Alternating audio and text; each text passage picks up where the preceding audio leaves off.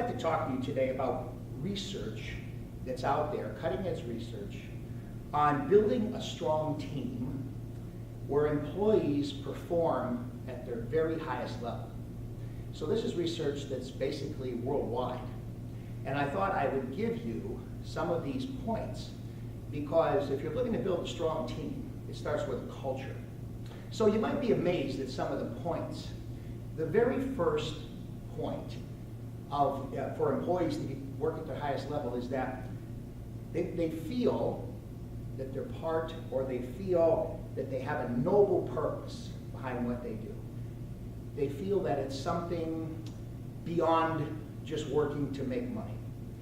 And in our career college sector, I can't think of any more noble purpose than to change lives, to work with students, and to help them.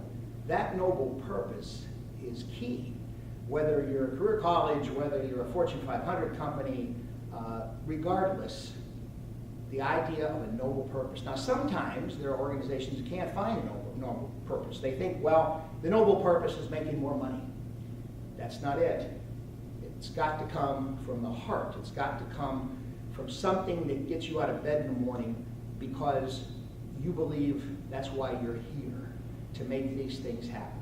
That noble purpose, we can't explain how it's so powerful. And it's probably because, as a psychologist, it's producing synaptic firings, we call in the brain. It's causing adrenaline and dopamine and endorphins. And when you bring a group of people like that, there's something that happens, a synergy that you can't top. It's just fabulous. So sometimes organizations dig for the noble purpose.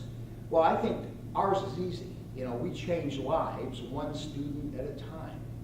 Now, everybody should buy into that or subscribe to it, whether you're the president, the owner, the dean, the receptionist, the janitor, the service personnel. When that happens, it creates a culture that's just spectacular. The second one is interesting too. They feel that they're part of a family. Now this is all research, and when I first heard it, I thought, well, noble purpose, part of a family. Well, organizations where their employees feel like they're part of a family go above and beyond, they work harder, and instead of dreading Monday morning, many times they look forward to their second family. So think about what you can do to enhance that family type atmosphere where people want to be around each other, they enjoy each other. That causes a spectacular movement along with the noble purpose. Now the third one is they clearly see how they fit into the team.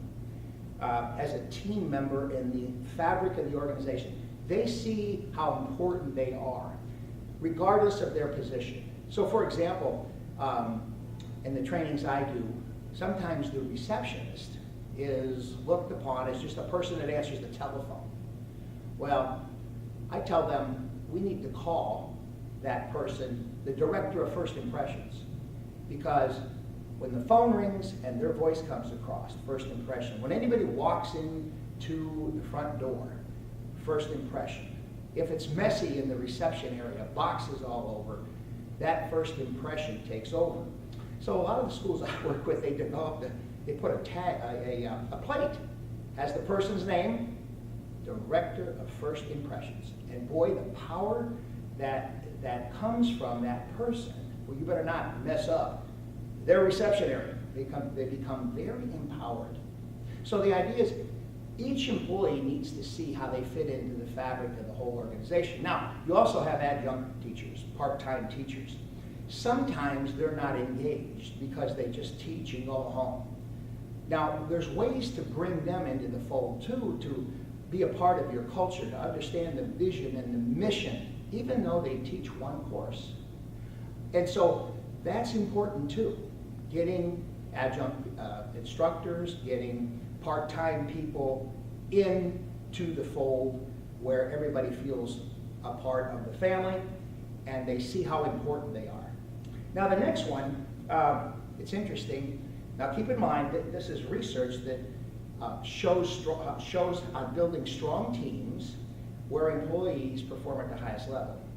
Well, this one is they receive ongoing warranted praise and recognition for something they've done. Now, what we found is you can't go around telling everybody, boy, you're great, you're really good, nice going, because after a while, it's like, well, he says that to everybody. But in this case, if there's something warranted that they've done, and you can pinpoint, well, they can't back out of it, because a lot of people are, oh, it's nothing, no, people need to wallow in their successes, we've learned, like a pig in slop, if you can figure that, if you can picture that whole thing, right? So the idea here is seek out people that you know have done something and praise them for it.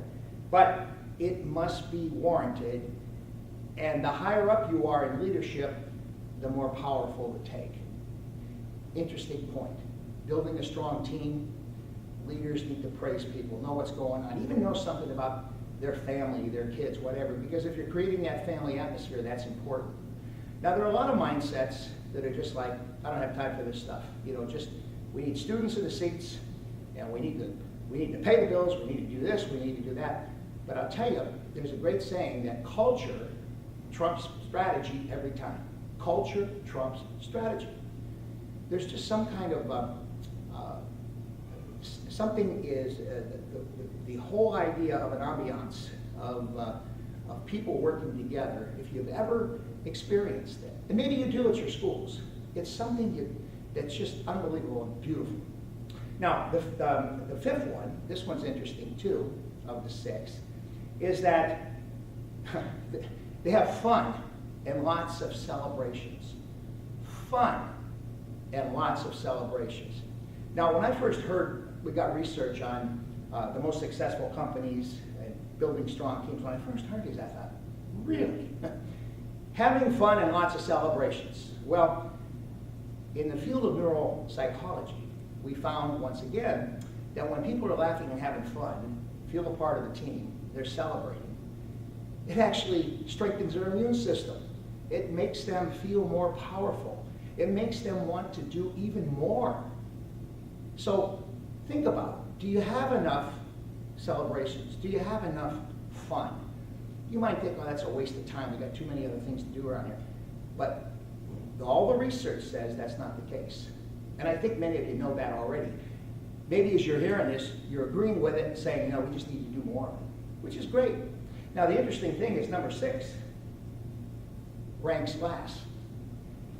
Increased income is important, but ranks last. Number 6. Now, a lot of people say to me, what? We're here to make money. Not in truly powerful, strong teams. It ranks last. So I think that these 6 points, you might be doing some of them. Okay, it's like a recipe. When you have a recipe, if you leave out an ingredient, it just doesn't taste right. So what I like about research is it'll give you a checklist, and then you match up what you're currently doing to that checklist. And I'm sure everybody's doing most of this, but it might be just one that we're not doing enough. And the one that most organizations tell me they don't do enough is fun and celebrations. They all tell me that. I have one school that has a department called, I went around the room and asked people, what's your position? And the one lady said, I'm director of celebrations and fun. And I said, you're kidding me. And she said, no, I have that position. And everybody started applauding, Wow, she could have great parties, and nothing really elaborate, just recognition. And it sets a routine rhythm of just a dynamic culture. Another thing on building strong teams, I talk about this quite a bit. Creating the picture you want. The human brain works off of vision and pictures. And many times, people don't stop to think about in their organizations what the ideal picture looks like. So one of the questions I always ask, or that I frame, is list the 6 most significant characteristics of your ideal organization. describe what you visualized as the ideal institution moving forward. And people sit there and really do nothing for a while. It's foreign to them because we're oriented to what we call left brain IQ. The right brain, creativity, is where all this stuff comes from. And one of my mentors, he's right now the number one psychologist in the world, Dr. Albert Bandura, said to me one time, if you can't see it, don't worry. It'll never happen. You've got to see it and feel it, okay? Feel's important as well. Now, if the leader sees it and feels it, that's not good enough. Everyone has to feel it to some degree, especially the senior level people. And when I do these trainings sometimes, people struggle to come up with the picture they want because they've not really thought about it. Like, well, that's pie in the sky, that's, you're being very unrealistic. No, because if you can see it, you can create a plan on paper and you can do it. But most people are not taught this kind of information. So it's very powerful to create the picture you want. Now, once you create the picture, I have a chart that says replacement pictures. See, it's all about replacing the pictures with something new that you see. So what we do is we take a big flip chart and draw a line down the middle and say, looks like, and on this side, feels like. And the idea is, in a group, or you start by yourself, what does the ideal picture, the 6 things, 5 things, whatever, look like? And you write little trigger words, not big paragraphs, because the brain doesn't capture all that. It wants quick information. What's it look like? Oh, wow, it look like this, and I see this kind of facility, and I see this kind of equipment. And then, what does that feel like? I never thought of that. Oh, it feels wonderful. It feels like I feel accomplished and fulfilled. Okay, let's go to the next one. Look like, feel like. And you do that in a group. And that becomes what we call strategic vision. That's the vision, okay? Now, the hard part of this is getting consensus with everybody, because there are people who could be looking at the same thing and see things differently, which is good. But at some point, they have to come to a conclusion. They have to come to consensus, strategic vision, and consensus building. The other part of this, what we found, is you have to have what's called a single best measure, also known as a primary measure, a number. And I want to read this. It says, how can you hit a target if you don't even know where it is? Okay. What is the single best measure that shows overall organizational effectiveness? Now, people struggle with this one too.